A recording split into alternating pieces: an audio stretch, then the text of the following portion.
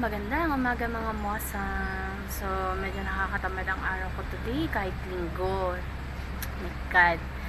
So, for today's video, sasagutin natin yung katanungan ng isa nating masugid daw siya na sumusubaybay. Ay, may ganon. Sabi niya sa akin, Sisi, mahal ka pa ba ng asawa mo? Kahit na mataba ka na. Na hindi ka na ganun kaganda. Siyempre ako, bakit? Bakit ka nagtatanong? Hindi ko alam. Charot. So, yung ganyang usapin, mahirap siya i-define. Mahirap siya i-prove sa'yo kung mahal ba ako o hindi.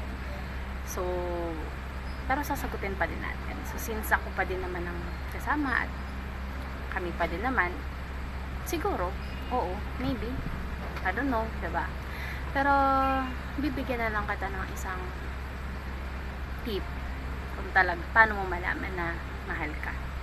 Kasi, maaaring sabihin na mahal ka, pero hindi ka kayang piliin.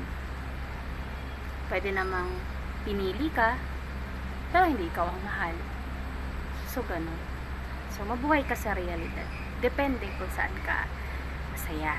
Basta para sa akin, alam mo lang dapat kung ano yung worth mo.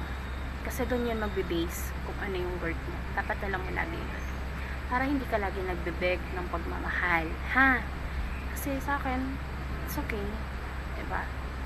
Doesn't matter kung mahal ba ako o hindi.